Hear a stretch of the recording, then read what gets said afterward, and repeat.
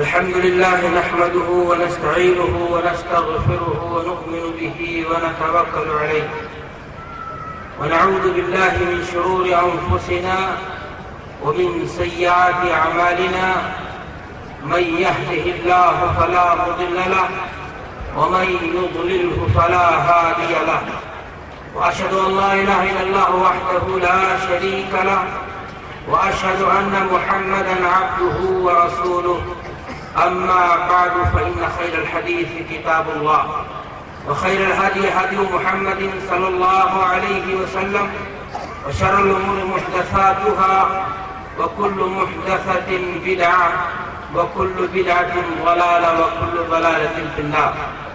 قال الله تعالى في القرآن المجيد: أعوذ بالله من الشيطان الرجيم بسم الله الرحمن الرحيم ولا وربك لا يؤمنون حتى يحكموك فيما شجر بينهم ثم لا يجدوا في أنفسهم حرجا مما قضيت ويسلموا تسليما.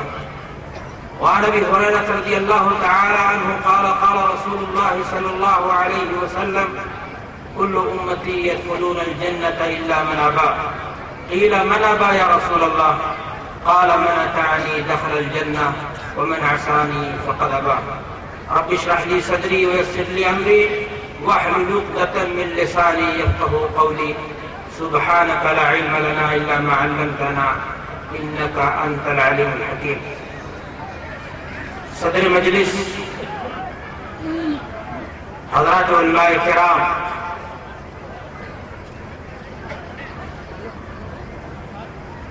معزز سامعین، نوجوانان اسلام، عزیز بچوں، ماں اور بہنوں، اتباع کا لفظ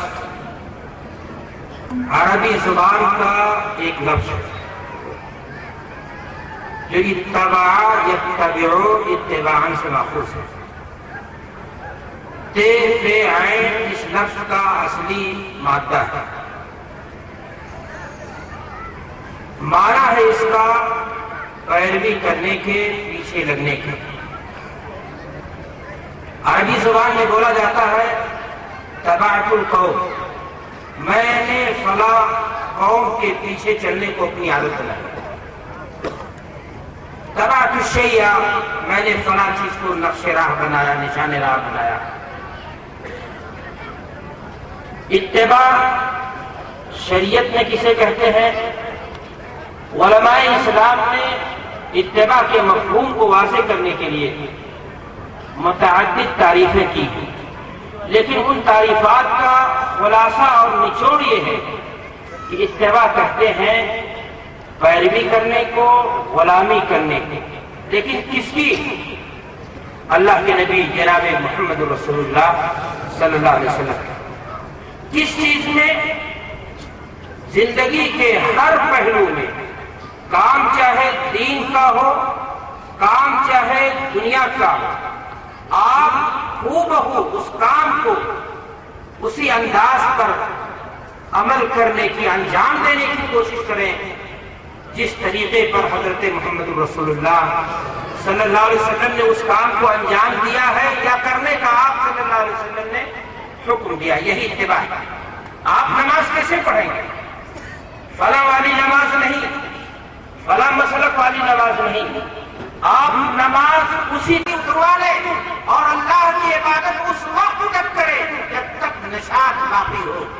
اس لیے کہ جب نشاط باقی نہ ہو تو اس وقت کی ہوئی عبادت اللہ کے دربار میں قبول نہیں ہوتی. میرے بھائی اور دوستو، آپ نے دیکھا حضرت زینب رضی اللہ تعالیٰ عنہ کے جذبات نیک تھے یا نہیں؟ نیک تھے، لیکن کیوں اللہ کے ہاں قبولیت کا شرط نہیں پا رہی ہے؟ نبی صلی اللہ علیہ وسلم اس پر نکیر کیوں کر رہے ہیں؟ اس لیے کہ طریقہ سنت رسول کے کیا جا رہا ہے، فرمان رسالت کے کیا جا رہا ہے، خلاف جا رہا ہے. تو بات دراصل یہ ہے کہ دین اپنے شوق پر چلنے کا نام نہیں، اپنے جذبات کا نام دین نہیں، اپنے فیلنگ کا نام دین نہیں، اپنے مسلک کا نام دین نہیں، اپنے سماج کا نام دین نہیں، اپنی بندیوں کا نام دین نہیں، اپنے بنائے ہوئے اصولوں اور ضابطوں کا نام نہیں دین ہے. دین نام ہے اللہ کے قرآن کا اور رسول صلی اللہ علیہ وسلم کے فرمان کا آپ کوئی کام کریں تو کرنے سے پہلے آپ کو یہ دیکھنا ہوگا کہ اس کام کے لیے سند اللہ کے رسول یا اللہ کے فرمان سے موجود ہے یا نہیں ہے۔ بردہ ابن نیار صحابی ہے رضی اللہ تعالیٰ عنہ،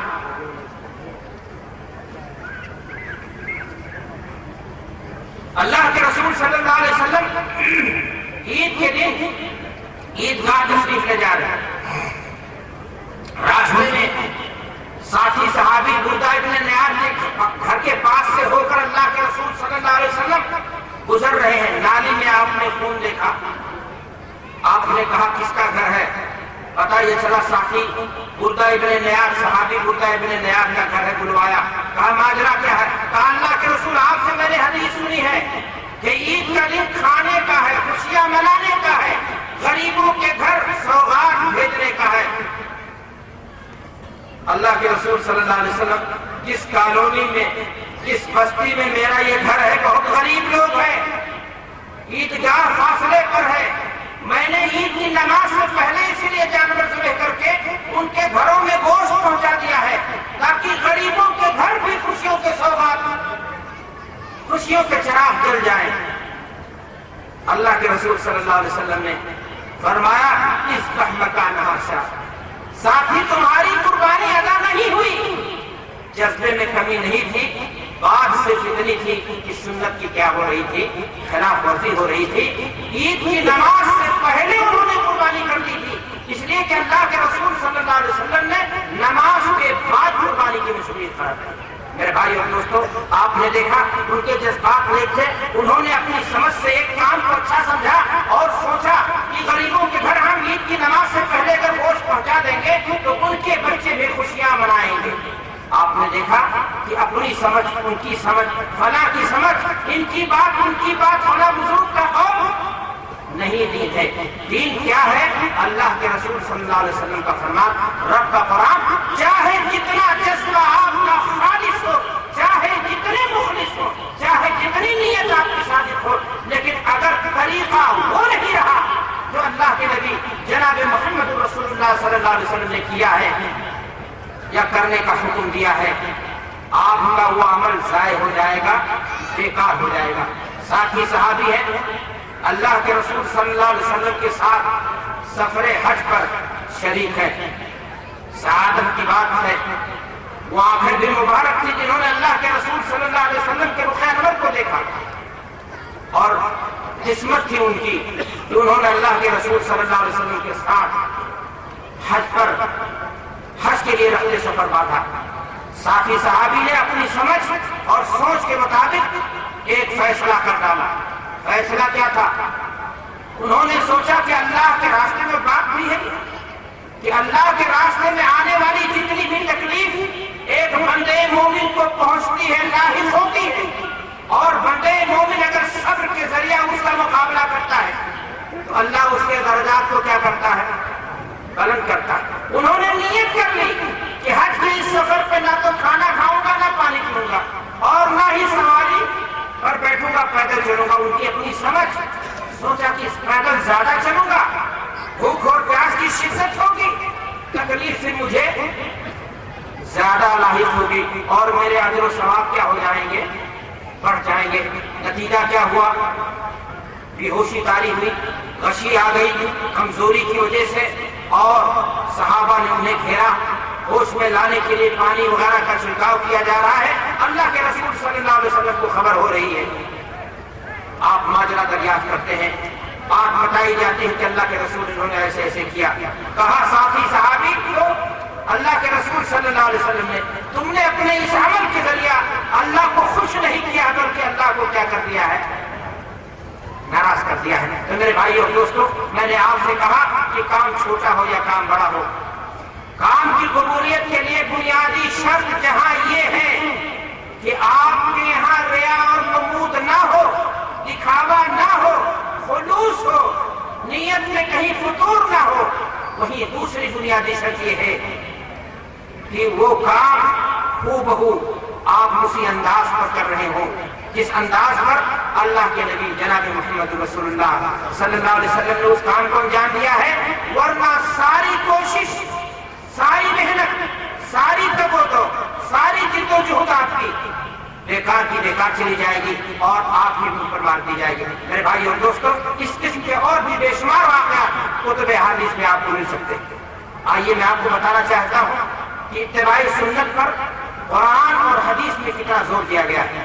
قرآن مجید کا مطالعہ کیجیے، اللہ تبارک و تعالیٰ نے قرآن مجید کے اندر مختلف اسلوب، مختلف انداز، مختلف پیرائیں میں نبی صلی اللہ علیہ وسلم کی اتباع پر، نبی صلی اللہ علیہ وسلم کی پیروی کرنے پر ابھارا ہے، اور ساتھ ہی ساتھ امت اسلام کو اس بات کی وارننگ بھی دی ہے کہ اگر نبی کے فرمان کے مقابلے میں کسی شخص کی بات کو کسی نے پیش کرنے کی ضرورت و جسارت کی، اپنی رائے کے ذریعہ سنت رسول کو خراج چڑھانے کی ضرورت و گستاخی کی، اپنی رائے اور سمجھ کے ذریعہ، اپنی تک بندی اور اپنی اصلی دلیلوں کے ذریعہ، اپنے بنائے ہوئے اصول، اپنے بنائے ہوئے قاعدوں اور ضابطوں کے پیمانے کے ذریعہ سنت رسول کو ناپ کر کے اور اس کو خرد بد کرنے کی کوشش کی، تو ایسے شخص کے بارے میں قرآن مجید نے فرمایا ہے کہ ایمان اس کا محفوظ نہیں رہ جائے گا۔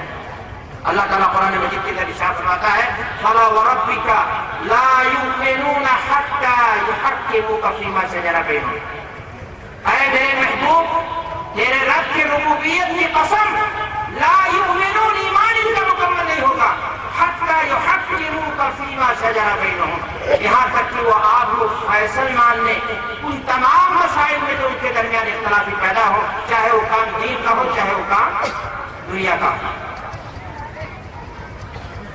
ثم لا يجدوا في انفسهم حرجا مما قضيت، اور آپ کا جب فیصلہ آ جائے تو پھر سرے